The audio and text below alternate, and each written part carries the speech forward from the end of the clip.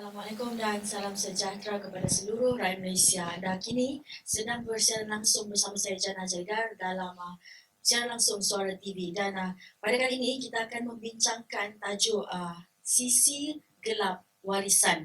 Dan sebelum ini buat pengetahuan anda semua, rakyat Sabah kini dilihat bukan sahaja berdepan dengan pandemik COVID-19, namun tetapi dalam masa yang sama juga mereka berdepan dengan pandemik warisan setelah kerajaan negeri dilihat gagal membela nasib rakyat di negeri Sabah ini.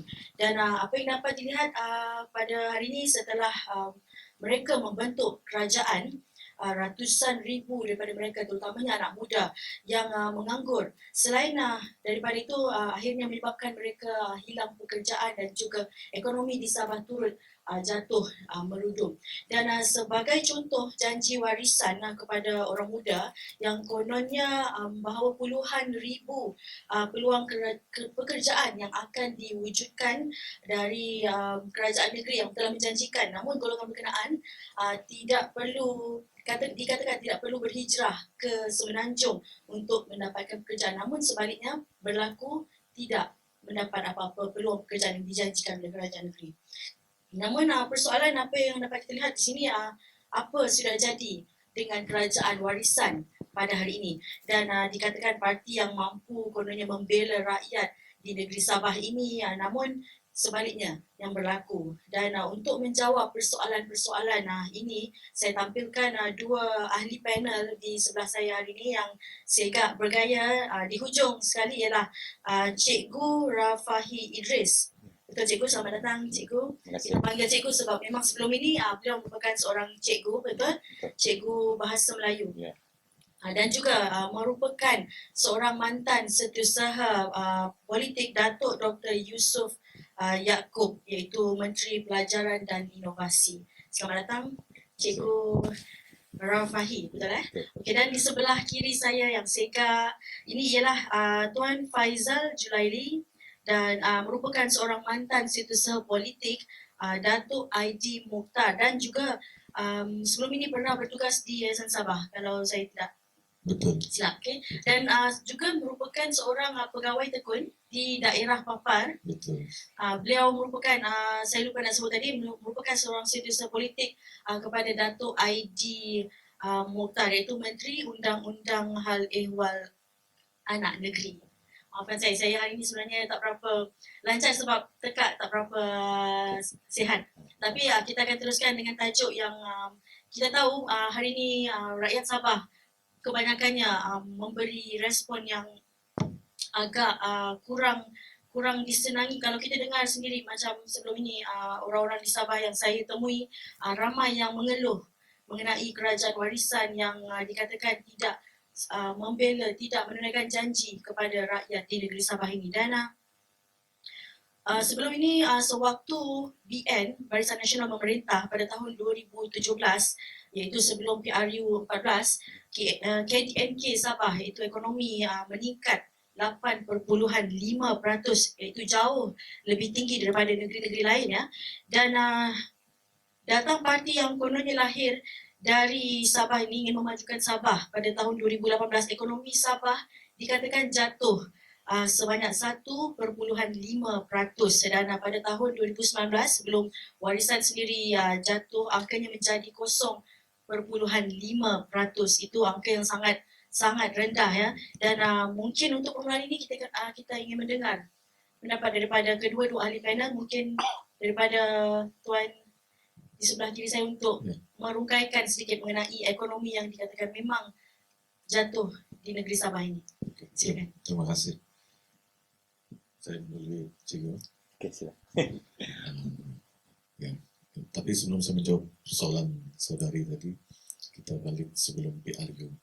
Dulu janji parti warisan, apabila kita memerintah, kita dijanjikan dengan berbagai-bagai peluang pekerjaan, perniagaan, dengan kalau macam sekarang kita maklum banyak anak-anak muda yang berhijrah ke Semenanjung. Kalau yang keluar negara lain lagi, tapi lebih kita ambil dalam Malaysia, ramai yang berhijrah ke Semenanjung. Tapi apabila sewaktu itu sebelum memerintah dijanjikan seumpama macam bulan dan bintang agar anak-anak muda ini tidak lagi perlu berhijrah ke Semenanjung. Yang sudah berhijrah pun akan dipanggil balik ke Sabah, sebab waktu itu kita dijanjikan dengan bermacam-macam peluang pekerjaan. Tapi akhirnya apabila kita sudah memerintah setahun, waktu dalam masa setahun itu kita belum boleh menilai lah. Kita bagi peluang 2 tahun. Akhirnya 2 tahun lebih bubar. Tapi yang kita lihat tidak apa-apa yang dijanjikan itu langsung tidak. Jadi kalau dulu masa berkempen kita dijanjikan macam contoh Petronas. Oh, di Petronas nih ada mewujudkan beribu-ribu peluang pekerjaan untuk anak-anak muda. Lepas itu pewujudan kilang-kilang dari segi sektor pertanian, macam contoh di Sabah nih kelapa sawit banyak. Kita wujudkan kilang-kilang kelapa sawit dan dan kita wujudkan kilang ini bukan saja tidak lagi perlu menunggu minyak daripada Semenanjung datang ke Sabah, tapi diproses minyak tuh daripada A sampai Z semua diproses di Sabah. Tapi yang kita lihat apa yang berlaku, contoh peresmian yang baru-baru ini kilang di Senakan Tawau dan Senakan serta Keningan. Apa yang kita lihat hanyalah packaging, bukannya kilang yang seperti yang dijanjikan seperti dulu. Cuma ialah kita waktu itu janji politik kan, kita pun tidaklah yang ada kertas kerja dia apa semua, jadi kita tapi yang kita lihat hari ini hanya packaging. Lepas itu pewujudan peluang pekerjaan pun mungkin dalam 10-20 orang. Jadi sedangkan yang menganggur ramai. Itu penerangan serba ringkas mungkin. Baik, daripada segi pendidikan mungkin cikgu ingin memberi sedikit pencerahan bagaimana warisan mengendalikan isu pendidikan yang dikatakan hari ini banyak sebenarnya isu-isu yang masih belum dijalankan, seperti tadi kita ada cerita-cerita kopi-kopi sama-sama. Cikgu ada mengatakan di sekolah-sekolah masih lagi melakukan proses misalnya pemberian buku teks masih belum sepenuhnya murid-murid dapat secara penuh, maksudnya masih lagi dilakukan photostat untuk pemberian buku-buku teks, masih tidak sampai kepada anak-anak Sabah ini. Bagaimana? Boleh ceritakan sedikit, Cikgu? Terima kasih. Assalamualaikum dan salam sejahtera. Sahabat saya, Saudara Faizal dan moderator kita. Menyentuh soal pendidikan di Sabah, selepas Kerajaan Parti Warisan Sabah memerintah dan mewujudkan satu kementerian yang dipanggil Kementerian Pelajaran dan Inovasi Negeri Sabah. Pengkhususannya adalah tentang pendidikan sekolah. Cuma saya ingin sentuh sedikit sebelum saya pergi kepada Kementerian Pelajaran dan Inovasi, saya sentuh kepada satu perkara, yaitu tentang sekolah-sekolah agama di Sabah. Sepatutnya kerajaan negeri meletakkan sekolah-sekolah agama ini di bawah Kementerian Pelajaran dan Inovasi. Sekurang-kurangnya kita dapat fokus kepada tentang pendidikan. Walaupun kerajaan negeri masih meletakkan sekolah-sekolah agama ini di Kementerian Datuk ID. Tapi nampak itu banyak kepincangan. Contoh setakat ini, kita diberitakan ada hingga 600 hingga 700 kekurangan guru. Ambil contoh sekolah agama Gadong lah. Sekolah agama Gadong ada 8 kelas. Tapi guru yang ada di sana hanya 5 orang. Jadi artinya apabila 5 mengajar ada lagi 3 kosong. Jadi macam mana mengawal itu? Di situ berlaku kepincangan dari segi bekalan guru. Kedua, di sekolah-sekolah agama di Sabah ini kita masih melihat hari ini bekalan buku teks tiada. Masih di zaman 70-an ibu bapa terpaksa buat photostat lah, buat pendua dan bayar sendiri pula tuh. Jadi perkara ini menjadi satu bebanan kepada masyarakat, karena masyarakat mengharapkan bahwa sekolah itu tempat mereka menerima ilmu dan mengantar anak-anak untuk mendapat ilmu pengetahuan. Tapi sebaliknya mereka menghadapi masalah apabila kekurangan guru, tiada buku teks, dan bangunan sekolah agama di Sabah ini sangat daif. Dan ada pun satu buah atau satu dua buah sekolah yang nampak cantik, itu pun mendapat peruntukan daripada Jabatan Kemajuan Islam Malaysia. Contohnya di SOI Gadong lah, daripada peruntukan JAKIM juga. Okey, saya sentuh soal pendidikan formal di Kementerian Pelajaran dan Inovasi. Kementerian ini dulunya hanya diberi otonomi, tidak diberi secara kuasa penuh. Kementerian hanya dapat melihat, memantau, tetapi tidak boleh mencampuri urusan akademik, urusan pentadbiran. Walau bagaimanapun kita boleh membantu sebenarnya kalau kementerian ini benar-benar menjalankan tugasnya, dan kerajaan telah memperuntukkan banyak peruntukan untuk membangunkan sekolah-sekolah, membantu sebenarnya. Tetapi apa yang kita lihat, pendidikan di Sabah ni bukan semakin hari semakin ke hadapan, tetapi nampaknya semakin hari kita undur ke belakang. Bila hari itu saya selaku mantan seperti Kementerian Pelajaran melawat seluruh Sabah lah. Tidaklah 100%, mungkin dalam 80%. Kita dapati sekolah-sekolah kita sangat daif. Kalau di Sabah ni terdapat 561 sekolah daif yang dikira sebagai tidak selamat untuk digunakan. Bagaimanapun masih digunakan. Tetapi perkara ini tidak dapat diselesaikan hingga kini kerana kerajaan negeri tidak saluan dengan kerajaan persekutuan. Soalnya sekarang di sini apabila kita menyebut soal pendidikan, pendidikan ini di bawah kuasa persekutuan dari segi peruntukan, dari segi guru-guru dan sebagainya. Sedangkan kita berada di pembangkang di pihak persekutuan, maka jadinya penyaluran peruntukan itu terhenti di situ dan tidak ada hubungan yang akrab. Bila keadaan ini berlaku, soal pendidikan di Sabah makin terabai. Banyak sekolah pernah kita melawat Pulau Banggi, asrama dia tiada tingkap, tiada katil, tiada tilam. Tapi masalahnya apabila kita melawat itu, pihak menteri kita, pembantu menteri kita tidak pun menyatakan solusi macam mana mau menyelesaikan masalah ini melalui peruntukan kerajaan negeri. Apa yang dibuat adalah hasil menyalahkan kerajaan persekutuan yang tidak membela ini. Tetapi sebenarnya kerajaan persekutuan telah tahun lepas saja memperuntukkan 1 bilion untuk pembaikan sekolah-sekolah di Sabah.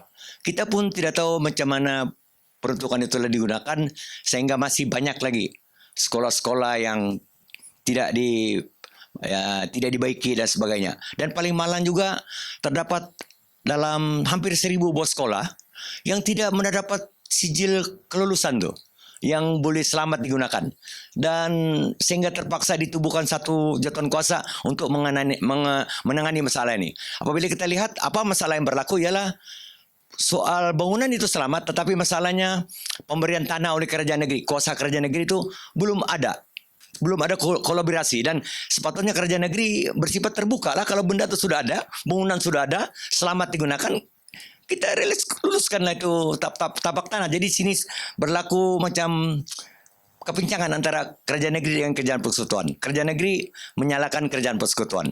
Tetapi sebenarnya soal tanah ini yang kita faham di bawah kuasa kerajaan negeri. Seharusnya benda-benda begini dapat diatasi sesuai dengan kata-kata yang Parti Warisan dia cakap, dia coba ubah. Dia mau ubah dari keadaan ini kepada lebih baik. Tetapi hari ini keadaan tidak berubah. Macam lebih mundur daripada yang lalu. Itu pada pandangan saya setakat inilah. Terima kasih. Baik, sebab itulah tajuk kita hari ini, sisi gelap warisan ya, betul Cikgu? Betul. Jadi selain daripada pendidikan, masalah pendidikan, baru-baru ni ada perkara yang dijanjikan oleh Datuk Seri Syafiee Apdal bahawa sejurus selepas dia mengangkat sumpah sebagai Ketua Menteri, dia akan menyelesaikan masalah rumah setinggan.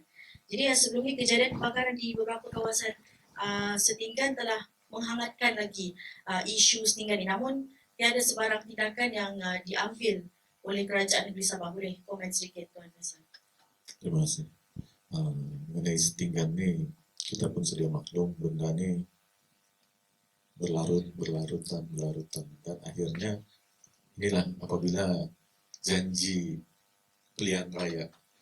Tapi kita berjanji atas dasar senang hati, ambil hati. Tapi di mana hakikat kita boleh melaksanakan, ini akhirnya memberi kesan. Dan kita nampak, saya pun dulu pernah daripada, cerita pengalaman sedikit lah. Saya dididik daripada keadilan. Lepas itu pernah menyertai UMNO, kemudian menyertai Parti Warisan. Jadi, berbalik cerita tadi itu. Contoh waktu saya di dalam keadilan ataupun UMNO dulu, dan sekarang sudah keluar daripada warisan menyertai UMNO kembali. Apa yang kita lihat, pemimpin-pemimpin di zaman UMNO, contoh saya di Papar, saya pernah bersama dengan Datuk Rahim Ismail atau Partai Manis, beliau juga pernah jadi Menteri Pertanian. Apabila kita turun, ada orang kebakaran. Waktu itu di zaman UMNO, kita lihat bantuan tuh tidaklah terus hari ini terbakar, terus hari ini dibuat. Tidak, tapi sebagai seorang pemimpin yang saya lihat, waktu itu Datuk Rahim Ismail, dia terus memanggil orang-orangnya, UPPM-nya, terus ada satu keputusan, terus kita bantu bagi PPRT, sebab waktu itu banyak seperti macam Cikgu cakap tadi, kita dengan pusat seperti apa itu Cikgu? Charger telepon dan telepon biasa lari, dicas saja on terus begitu. Jadi waktu itu mungkin walaupun peruntukan tiada, tapi YB ini dorang ada cara untuk mendapatkan terus rumah PPRT. Selain daripada rumah PPRT, rumah yang flatnya apa juga? PR. Rumah perumahan mesra rakyat. Mesra rakyat. Di sana pun boleh ditempatkan. Tapi kebanyakan kalau orang-orang kampung ini, orang ada memilih sedikit lah, berbanding mau tinggal di flat sama orang biasa sudah di tanah orang sendiri. Nah, itulah kebanyakan yang memilih PPRT. Jadi yang setinggan nih, sehingga hari ini pun kebanyakan kerajaan warisan tidak dapat menyelesaikan masalah nih. Contoh waktu zaman warisan nih, banyak kawasan-kawasan di sebelah pantai barat yang kita heran kebanyakan semua terbakar. Tidak, kawasan sini di Senakan, di Tawau, Sempurna, ada saja terbakar. Jadi kita pun, yalah mungkin kejadian kebakaran ini bencana alam. Kita pun tidak boleh tuduh-tuduh ada disengaja ataupun dirancang ataupun memang berlaku secara tanpa minta. Jadi akhirnya dorong nih seperti yang di mana tuh Cikgu? Senakan. Ada yang masih tinggal di kontainer. Di Sendakan. Iya, di Senakan. Dorang ditempatkan dalam kontainer. Sudah dekat 2 tahun, dorang masih tinggal di kontainer juga. Masih juga belum ada penyelesaian. Kan? Jadi ada dengar lagi. Kalau kami pernah dibagi taklimat di bawah KPLB, peruntukan PPRT terhad 200 dari Semenanjung 250. 250 ya. 250 saja. Jadi kalau 250 dibagi dengan 25 kawasan perlimannya. Jadi satu kawasan itu macam contoh Papar perlimannya bisa 175 Papar, dunnya sekarang ada 3. Jadi kalau jumlah penduduknya di satu dun itu ada 14.000, 13.000, 14.000. Jadi kalau peruntukan dapat 1 buah rumah PPRT ataupun 2 buah, ini masih juga tidak menyelesaikan. Kan? Itu PPRT. Belum lagi masalah yang setinggan-setinggan nih. Cuma ada yang saya dengar, tapi ini tidak sahih ya.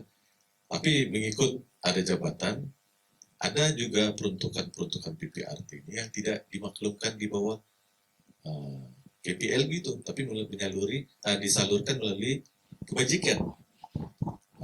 Didengar peruntukan ini, sebab saya pernah ada berurusan benda ini, semua dibagi di kawasan bangau-bangau. Jadi kalau beginilah kepimpinan parti warisan, lebih tumpu satu kawasan, tidak menyeluruh di seluruh Sabah, sedangkan waktu untuk mendapatkan undi, mendapatkan sokongan, kita perlu seluruh Sabah, seluruh kawasan. Tapi apabila peruntukan lebih kepada kawasan-kawasan tertentu saja, jadi ini Cuma rakyat ataupun pengundi tidak tahu benda ini. Jadi masih umpama macam rahasia. Tapi secara amnya masalah setinggan ataupun yang rumah terbakar apa semuanya memang belum selesai. Baik Tuan, tadi Tuan ada cakap di tempat-tempat tertentu. Ya. Adakah Tuan bersetuju mungkin tempat-tempat tertentu itu adalah tempat-tempat yang terpilih barangkali? Betul. Tempat tu ada disebut waktu dalam perbincangan kami itu di Bangau-Bangau. Bangau-Bangau ni kawasan sempurna, sebelah sempurna. Jadi kita tahu pemimpin kita, ketua menteri kita pun daripada sempurna. Jadi kalau orang lain bilang orang Sabah tidak tahu ini. Orang Sabah bilang yang tempat lain tidak tahu, tapi orang-orang tertentu saja tahu. Jadi benda ni bicara rahasia tu. Orang tanya, kenapa beli tahu? Oh, ini ada maklumat daripada jabatan ini, ada orang memohon. Oh, jadi dari sanalah cerita tu, ada orang memohon untuk PPRT. Jadi di sanalah tersebarnya cerita tu. Orang bilang ini untuk suku kaum politiknya lah. Ya, begitulah. Jadi kalau kita mau ada lagi satu isu yang mungkin sekarang ni viral, dikatakan Ketua Menteri ada bagi tahu untuk memberikan satu keluarga 5 ekar tanah. Ya. Jadi kalau kita tahu di Sabah ini ada 3,2 juta penduduk dan untuk pengundi ada 1,1 lebih lah juta pengundi. Jadi di mana tu tanah yang dia janjikan tu, cukupkan tak? Saya sentuh dulu. Boleh. Oke. Kalau dari segi jumlah penduduk itu tadi, seperti yang kita cerita tadi waktu kopi-kopi. Kalau dibagi satu orang 3 ekar atau 5 ekar. 5 ekar. Jadi dikali dengan jumlah penduduk ataupun jumlah pengundi 1,1 juta, artinya kita ada baki lagi, ada negatif lagi. Jadi di mana kita mau ambil kawasan Brunei, kita mau ambil kawasan Sarawak, mungkin kawasan Sarawak lagi luas kan. Jadi secara logiknya, kalau untuk dibagi kepada seluruh rakyat Sabah, memang ini cuma cerita kosong saja. Cerita kosong yang bahwa semua rakyat Sabah akan dapat tanah. Sedangkan kalau dari segi matematik ya, jumlah keluasan, jumlah penduduk, kalau dibagi dengan satu orang 5 ekar, tidak mencukupi. Kawasan Sabah itu tidak mencukupi. Itu kita baru kali dengan 1,1 juta pengundi, belum lagi jumlah penduduknya. Jadi kalau secara logiknya kawasan Sabah itu tidak mencukupi untuk dibagi satu orang 5 ekar. Jadi yang akan dapat pastinya hanya orang-orang tertentu. Oke? Macam contoh, saya lebih dekat lebih senang Papar ada 14.000 lebih pengundi. Baru-baru ini Ketua Menteri Sabah Datuk Syafiee Apdal datang ke Papar. Tapi hanya berapa orang saja yang dapat jumlah tanah. Dan ini sebenarnya setelah pembubaran barulah ada program di sana sini majelis penyerahan geran tanah. Dan kita untuk memohon tanah ini, memang kita sedia maklum mengambil masa yang lama. Dan ini adalah permohonan ini lebih banyak daripada rakyat-rakyat yang memang memohon daripada dulu, yang bersendirian. Cuma kerajaan warisan mengambil macam saya tanam padi, kamu tinggal tinggal apa nih? Tinggal menuai lah. Nah, jadi tinggal memang prosedur itu memang tinggal menyerahkan saja. Cuma dari segi masa ya, cepat ataupun lambat, itu saja. Cuma kebetulan ini arahan daripada Ketua Menteri, cepatlah begitu. Cikgu Rafahi mungkin mau tambah sedikit tengok macam mana mengenai tanah ini. Berhubung dengan tanah ini, saya bincang dengan kawan-kawan. Dari segi tanah ini sebenarnya pembagian geran ini diserahkan oleh kerajaan terkini. Tapi sebenarnya permohonan tanah itu dilakukan oleh kerajaan terdahulu. Semasa kerajaan Barisan Nasional, mereka telah mewujudkan satu cara penyukatan tanah, yaitu pantas. Jadi waktu itu Datuk Tan Sri Musa Aman yang mempelopori benda ni, dan sehingga Jabatan Tanah buat pengukuran ini secara agresif. Dibuatnya bas bergerak, pekerja-pekerjanya secara berkumpulan, dan akhirnya usaha itu dilakukan dan kerajaan Barisan Nasional ketika itu tumbang dan kerja itu terhenti. Penyukatan sudah berlaku dan akhirnya kerajaan Parti Warisan hanya orang bilang menyampaikan geran itu atas usaha orang lain. Jadi artinya bukanlah usaha kerajaan kerajaan warisan. Dan setelah itu mereka juga berjanji bahwa setiap rumah akan dapat 5 ekar. Bayangkanlah kalau di kawasan saya di Lumadan ada 6.000 buah rumah. Jadi kali 5 berapa ribu tanah yang mau diberi, sedangkan tanah yang ada di kawasan daerah Beaufort kalau reserve kerajaan saja dalam kurang di bawah 10.000 ekar. Jadi artinya ini adalah satu pembohongan yang jelas dan nyata bahwa mereka tidak akan mampu memberikan semua orang tanah. Dan setakat ini yang tanah yang diterima geran ini pun adalah permohonan awal, bukan permohonan zaman kerajaan warisan, tetapi memang sudah diproses zaman kerajaan Barisan Nasional, cuma diserahkan pada zaman ini. Jadi artinya dia dapat nama lah. Jadi itulah yang saya lihat dan semua orang tahu benda ini. Jadi Tuan Faizal, tadi kita ada bincang-bincang mengenai dulu Tuan memang ada kena mengena di bawah Mahkamah Anak Negeri. Betul lah? Ya. Jadi ada masalah mungkin dalam proses dikatakan pelantikan ketua kampung masih belum selesai dan sebagainya. Mungkin orang Sabah pun masih menunggu-nunggu bila ada ketua kampung kami macam baru-baru ni kami ada pergi ke satu kampung di Likas, masih belum ada lagi lantikan, masih lagi EJK belum ada. Ini semua ada masalah dalam mungkin pentadbiran kerajaan warisan ini sendiri. Ya. Di Kementerian Undang-Undang dan Ahwal Anak Negeri ini dia lebih kepada dia, kalau di Sabah nih dia ada Mahkamah Anak Negeri mengenai adat istiadat. Jadi ketua kampung pun lantikan melalui Kementerian Undang-Undang dan Ahwal Anak Negeri. Begitu juga di bawah mahkamah ini lah. Ada apa nih? WKN gitu. Ya, hakim ketua anak negeri. Ketua anak negeri apa semua di bawah itu. Tapi di Sabah nih kita sudah biasa dengan perubahan, dengan maksud saya perubahan politik daripada zaman USNO ke Berjaya, PBS, betul kan juga? Kalau silap betul kan juga? Daripada PBS tukar ke UMNO. Jadi daripada semua nih, daripada yang USNO apa semua, kita sudah biasa dengan perubahan, sudah biasa dengan peralihan kuasa apa semua. Tapi apabila sudah berubah daripada UMNO ke warisan, tidak akan dalam masa sampai bubarnya 2 tahun lebih, masalah yang kecil daripada lantikan ketua kampung yang di Jabatan Mahkamah Anak Negeri ini ada yang masih belum selesai.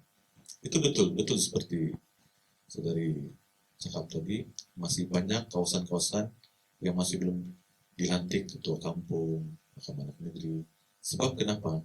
Ini penting di kampung.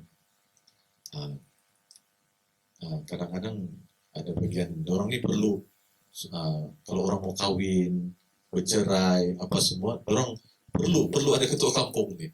Kadang-kadang di sini pun dari segi jarak untuk ke bandar, mungkin kalau kawasan papan oke sedikit. Tapi kalau kawasan pendalaman memang ada sukar. Begitu juga kadang-kadang dari segi daftar lahir, memang ada masalah. Tapi itulah, kenapa benda yang penting begini dan yang kecil begini pun tidak boleh diselesaikan. Sedangkan kementerian ini sudah di-upgrade, diwujudkan seperti juga Cikgu Rafai cakap tadi. Ya, dia di bawah Kementerian Pendidikan pun baru diwujudkan. Kami pun di bawah Kementerian Undang-Undang dan Ahwal Anak Negeri pun baru diwujudkan. Sepatutnya apabila kita ambil alih kerajaan ini dan di-upgrade kementerian, sepatutnya dari segi benda-benda yang kecil begini tidak lagi timbul masalah baru setakat lantikan, kan? Apatah lagi yang benda-benda besar. Baik Cikgu, tadi kita ada bincang mengenai sekolah daif yang masih belum dapat lagi diselesaikan, banyak perkara. Tadi belum lagi cikgu komen mengenai buku-buku yang masih lagi di photostat. Mungkin zaman saya dulu masa saya belajar pun kami masih lagi cikgu bagi buku, cikgu tolong photostat untuk semua belajar dalam kelas. Tapi masih lagi di bawah kerajaan warisan. Cikgu komen sikit. Terima kasih. Kalau kita fikir kita tidak boleh lagi melihat kerja-kerja photostat ni berlaku di sekolah pada zaman ini. Kalau di Semenanjung saya, jangan ambillah jauh. Di Semenanjung saja pelajar-pelajar ke sekolah menggunakan laptop. Pelajar-pelajar tidak lagi membawa buku teks. Tetapi di Sabah bukan saja membawa buku teks. Malah buku teks pun tidak cukup, di photostat lagi pula tu. Dan kadang-kadang persoalan ibu bapa yang terpaksa photostat buku-buku ini merujuk kepada sekolah-sekolah agama lah. Dan bagaimana pendidikan dapat berjalan dengan baik dari segi agamanya. Kalau benda-benda yang ringan, mudah begini pun kita tidak dapat selesaikan. Kalaulah kementerian baru, kerajaan baru ini menyatakan ubahlah perkara yang kalau dulu berlaku tahun 70-an sudah berlaku, masih juga pada tahun 2019, tahun 2020 masih juga berlaku, maka perubahan itu tidak ada.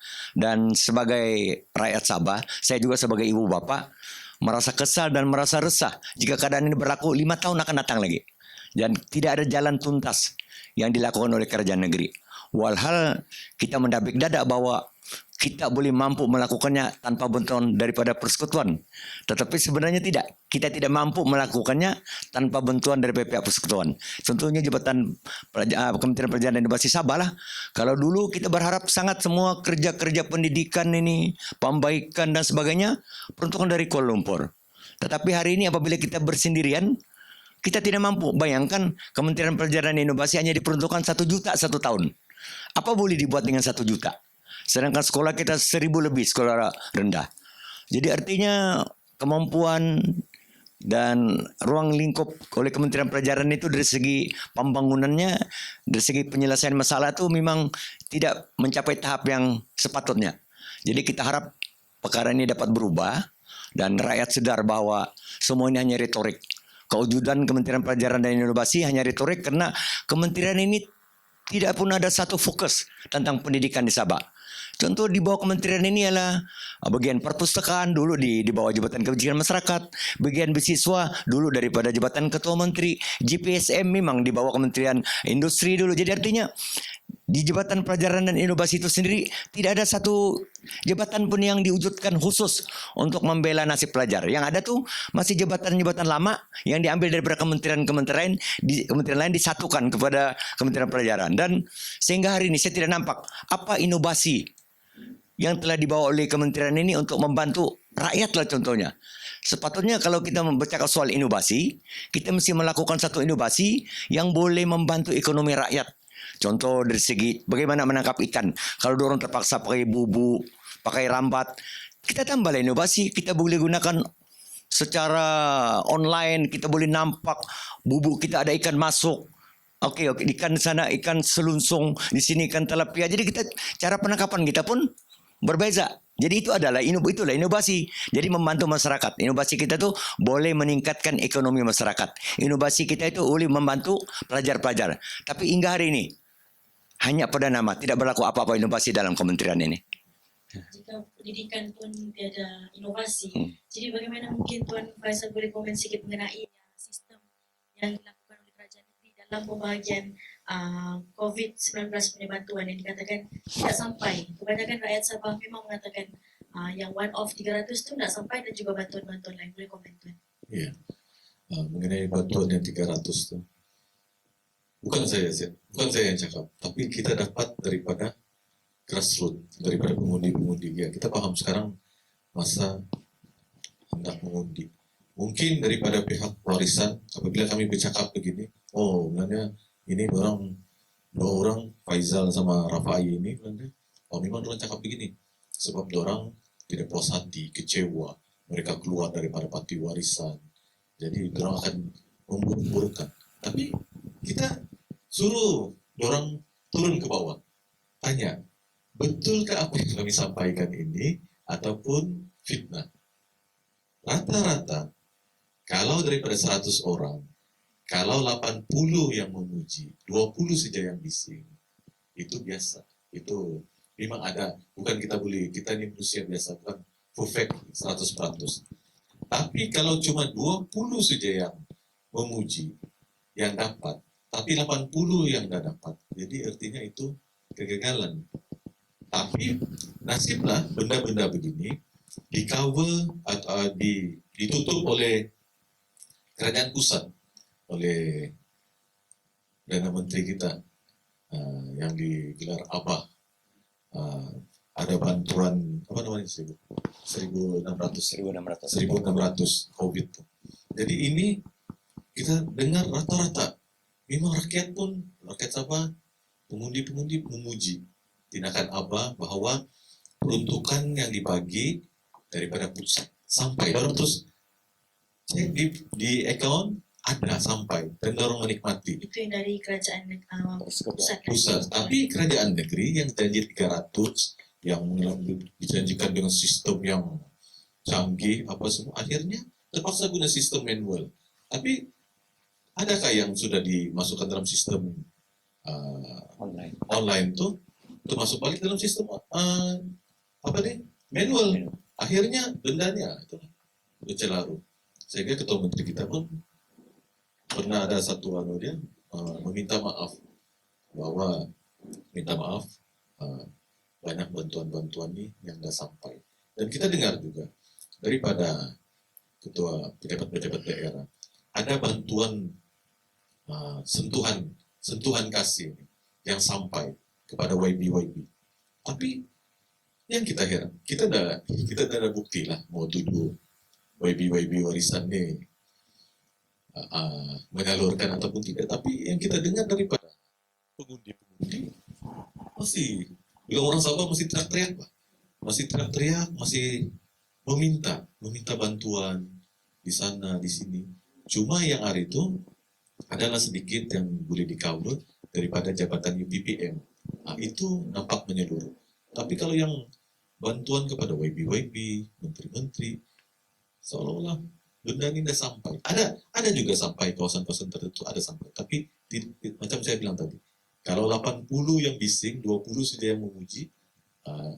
Tapi kalau ini yang 20 saja memuji, 80 teriak-teriak.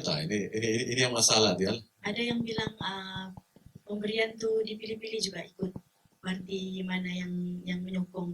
Betul. Jadi, boleh komen. Betul. Ada yang saya beritahu tadi, saya daripada keadilan, UMNO, masuk warisan. Jadi kita kalau misalnya contoh saya di Papua, kita ramai saudara, sanak saudara, kawan. Jadi ada yang SMS, telepon, tolonglah. Kami boleh beli beras, boleh. Ada yang boleh beli beras, tapi kebetulan kita sudah dengar daripada ketua menteri ada bantuan daripada pejabat UPPM. Jadi kami ini pun rakyat, kami pun pengundi. Jangan kami tidak dapat, janganlah pilih kami orang UMNO kah, kami orang Bersatu kah. Tapi kami rakyat, kami pengundi, dan yang diumumkan oleh ketua menteri pun bukan hanya untuk orang warisan, tapi untuk seluruhan. Tapi benda ini ialah memang dipilih-pilih lah, ada yang dipilih. Cikgu macam ada mau cakap komen mengenai pemberian COVID-19 punya bantuan nih. Cikgu rasa macam mana? Mungkin ini adalah hanya lepaskan begitu saja, lepas tu ada yang dapat, ada yang tak dapat, ada yang dapat mungkin sebab orang undi warisan. Boleh komen cikgu? Tentang bantuan COVID nih, sebenarnya saya terlibat secara langsung lah untuk pengagihan dari rumah ke rumah. Contohnya di Lomadan, saya sendiri terlibat membantu menghantar kepada 600 sebuah rumah. Jadi pada mulanya inilah dia bukit fasa pertama bagi orang kita dulu. Fasa kedua orang kita dulu. Jadi akhirnya fasa yang terakhir orang kita tuh maksudnya orang pati kita lah. Jadi apabila bagi begitu ramailah yang orang-orang yang mungkin bukan pati kita dulu bertanya-tanya kenapa kami bila dapat bantuan fasa ketiga, kamu fasa keempat, fasa kelima. Artinya kenapa soal bantuan ini kita kasih bagi fasa 1, fasa 2, sedangkan penyakit ini menjangkit ataupun penyakit ini melanda kita tidak pilih fasa, dia tidak ikut politik, dia tidak ikut agama, dia ikut kemanusiaan.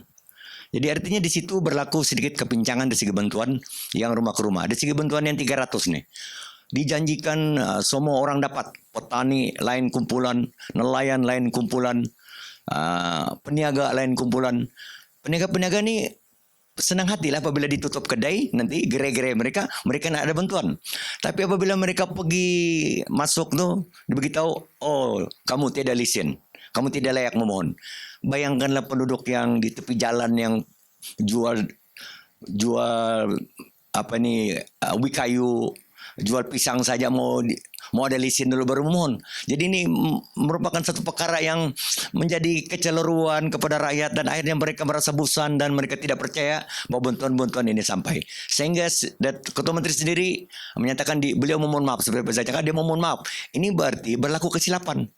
Dan selepas itu apabila memohon maaf, kita harap perkara ini diperbaiki. Tapi sehingga hari ini perkara ini tidak pernah pun diperbaiki.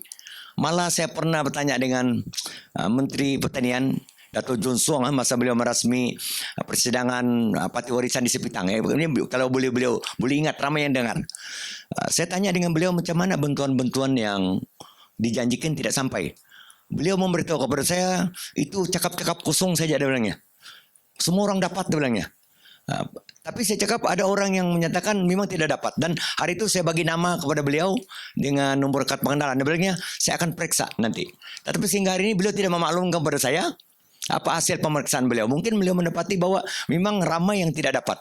Tetapi beliau tidak mengakui perkara itu. Jadi benda ini memang berlaku dan jelas berlaku dan tidak ada penambahbaikan dan tidak ada tindakan susulan untuk memperbetulkan supaya mereka dapat balik ini bantuan. Jadi ini sehingga hari ini saya tidak pasti apalagi janji yang akan mereka berikan kepada kita supaya kita mengundi mereka. Tetapi pada saya ini adalah satu pengajaran lah kepada kita. Kalau memilih kerajaan tu, cari-carilah kerajaan yang boleh membela nasib kita sendiri. Ya. Cikgu, bantuan COVID tidak sampai, pendidikan pun masih lagi di tahap yang rendah.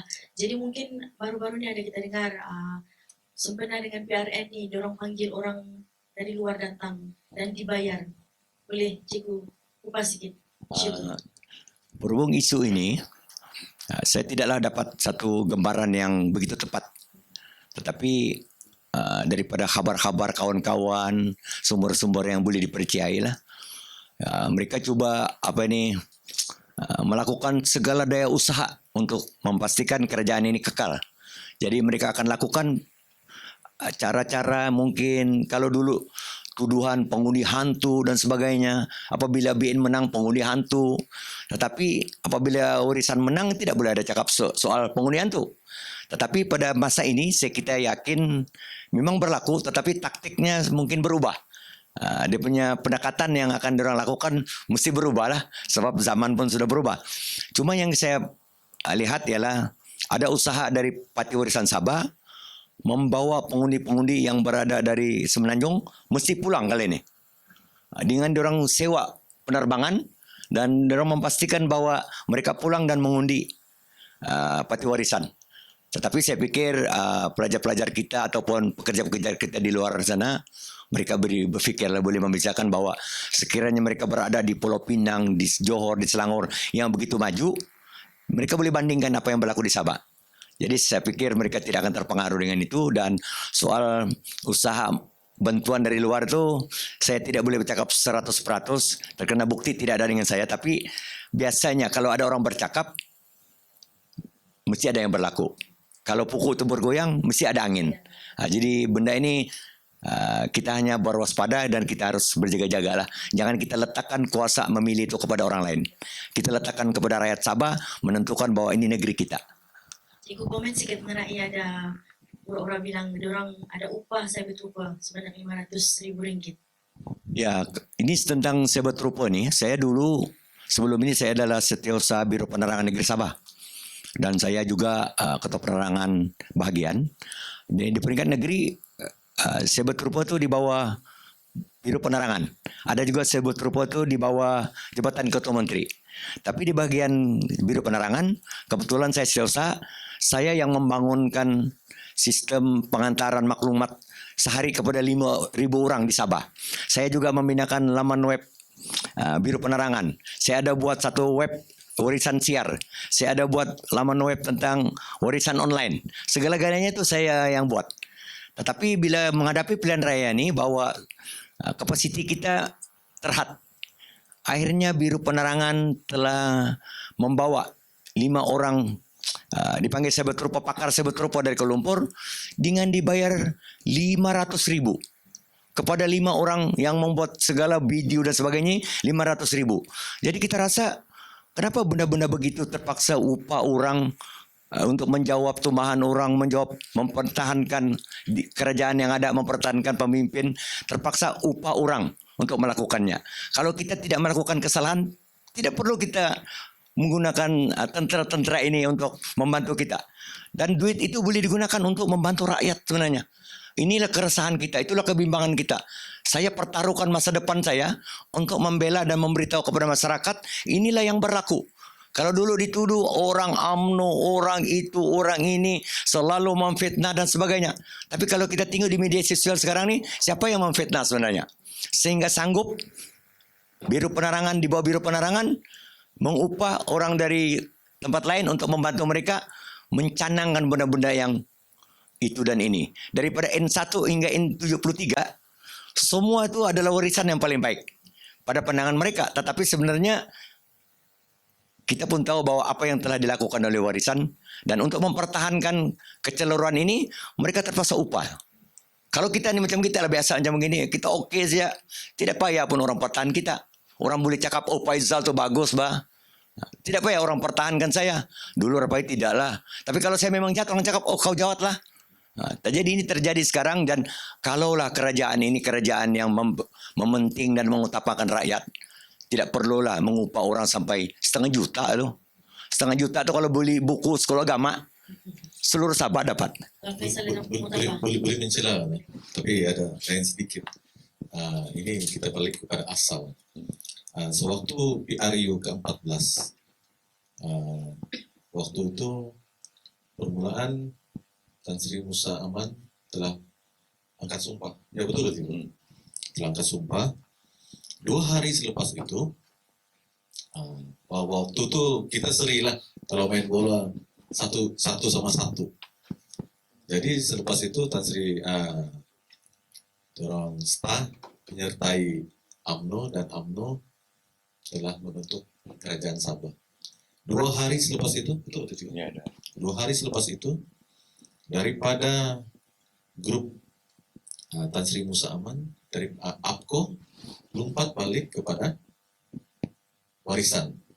Oke. Nanti baru saya cerita nih. Jadi daripada warisan ada lagi yang beberapa setelah Tan Sri Musa Aman kerajaannya telah jatuh. Jadi ada lagi ramailah yang lompat kepada parti warisan. Kemudian yang daripada dalam parti warisan ini lompat balik kepada parti asal orang. Oke. Apa yang saya mau sampaikan di sini? Kalau parti lain ataupun orang lain lompat kepada parti UMNO, itu dipanggil katak, pengkhianat, penipu, macam-macam lah. Tapi kalau daripada parti UMNO masuk ke parti orang ataupun ahli UMNO masuk ke parti warisan, oh itu dipanggil pejuang. Jadi sebenarnya di dalam warisan ini, selama saya 2 tahun lebih, kita bukan berperang dengan orang lain parti tau. Tapi sebenarnya kita berlawan dengan kita sendiri. Tidak begitu Pak Cikgu? Kita berlawan sesama sendiri. Hina sesama sendiri, kutuk sesama sendiri. Kita bukan berlawan dengan parti lain. Begitu. Tapi apa yang saya mau sampaikan, itu adalah tadi. Kalau daripada parti lain ataupun yang melompat ke warisan, itu dipanggil pejuang. Tapi kalau daripada warisan lompat ke parti UMNO, itu dipanggil pengkhianat katak. Jadi sebenarnya banyak lagi kalau kita mau rungkaikan sisi gelap warisan nih. Jadi kalau boleh kita buat rumusan sedikit tentang hari ini punya tajuk mengenai warisan dan juga sisi gelap. Boleh buat sedikit rumusan, Cikgu? Saya pada pengakhiran bicara kita pada malam ini. Saya pikir rakyat Sabah khususnya yang mengundi pada 26 hari bulan ini harus mengambil iktibar dan memilih parti mana yang boleh membela nasib rakyat. Kenapa saya dan Saudara Faizal memilih UMNO atau Barisan Nasional sebagai pilihan untuk kami terus berjuang? Karena kami yakin bahwa kerajaan Barisan Nasional ini merupakan sebuah kerajaan yang mempunyai masa depan dan mempunyai rekod yang baik dalam membela nasib rakyat. Dan saya juga ingin berkongsi rasa kepada semua rakyat di Sabah, khususnya penyokong warisan, supaya kembali kepada konsep yang dulu kita ubah, kita salah ubah sebenarnya. Dan kali ini kita ubah balik untuk meletakkan bahwa sebuah kerajaan itu mesti membela rakyat. Saya ambil contoh beberapa, saya sebut saja supaya masing-masing berpikir. Timbul isu soal sempurna, maksudnya banyak pentadbiran di Sabah ni dimonopoli orang sempurna. Contohlah saya di Beaufort, pegawai daerah kami di Beaufort orang sempurna. Pegawai daerah Faizal di Papar pun orang sempurna. Jadi artinya perkara ini banyak berlaku di negeri Sabah. Ramai yang tidak tahu. Dan kalau saya senaraikan satu persatu memang banyak. Coba setakat kita menginsapkan diri kita bahwa seandainya kerajaan ini berlarutan, saya pikir saya tidak maulah di kampung saya, tukang sapu di sekolah saya pun datang dari sempurna. Karena kemampuan dan menyapu itu pun orang lain pun boleh pandai. Jadi artinya kita harus memilih kerajaan selepas ini. Jangan main karena ikut sentimen memperjuangkan seseorang. Tetapi sentimen kita ialah memperjuangkan nasib rakyat. Jadi itu pikir saya pada pendapat saya itu yang kita utamakan. Jadi saya harap semua rakyat di Sabah khususnya supaya mengambil perkara ini sangat penting dalam kehidupan kita. Karena pilihan kita hari ini akan menentukan nasib anak bangsa kita di negeri Sabah. Terima kasih. Jadi yang terakhir, Tuan Faizal, bagi saya begini. Memang kalau kita bercakap begini, seperti yang saya katakan tadi, orang cakap kami tidak puas hati apa semua. Tapi bagi pengundi berpikir sebelum turun mengundi pada 26 hari bulan, pikir secara baik. Adakah kita hanya untuk, dan apa yang saya ingin katakan daripada tadi, tapi terlupa ini last minute baru. Pikir kemana arah selepas PRN Sabah ini? Adakah kita masih seperti dulu, tunggu setahun, 2 tahun, akhirnya bubar. Adakah kita masih mau begini? Ataupun kita seperti yang kita cakap tadi, seperti charger telepon. Telepon dan charger sealiran. Artinya Sabah dan pusat sama sejalan. Kita bukan diperintah oleh zaman-zaman Inggris dulu. Kita dalam Malaysia. Kan? Jadi apa masalah? Tapi kalau kita sealiran, seperti apa yang bilang Cikgu Rafai cakap tadi, segala peruntukan, segala bantuan selari. Jadi pada pengundi-pengundi, terutamanya pengundi-pengundi warisan ataupun di atas pagar, pikirlah. Seperti saya juga. Saya telah macam saya begitu tadi. Daripada warisan ke UMNO, daripada keadilan, UMNO, warisan, dan ke UMNO kembali. Kenapa? Kita sudah buat penilaian. Kita sudah cukup pikir. Kita pun dewasa. Jika Rafai pun kita sudah bincang apa semua dan kita sudah lalui sendiri. Berarti inilah satu sama ada. Kita mesti harus bekerja sama dengan kerajaan pusat. Jadi bagi saya dulu kamilah yang juga di kawasan kami menumbangkan parti UMNO. Berkempen, dan kali ini kita harap, dulu kita cakap Sabah ubah, tapi akhirnya tidak juga berubah. Yang berubah hanya orang-orang tertentu saja. Jadi sekarang ini kita ubah balik, seperti apa yang kami telah lakukan ketika kami keluar daripada parti warisan.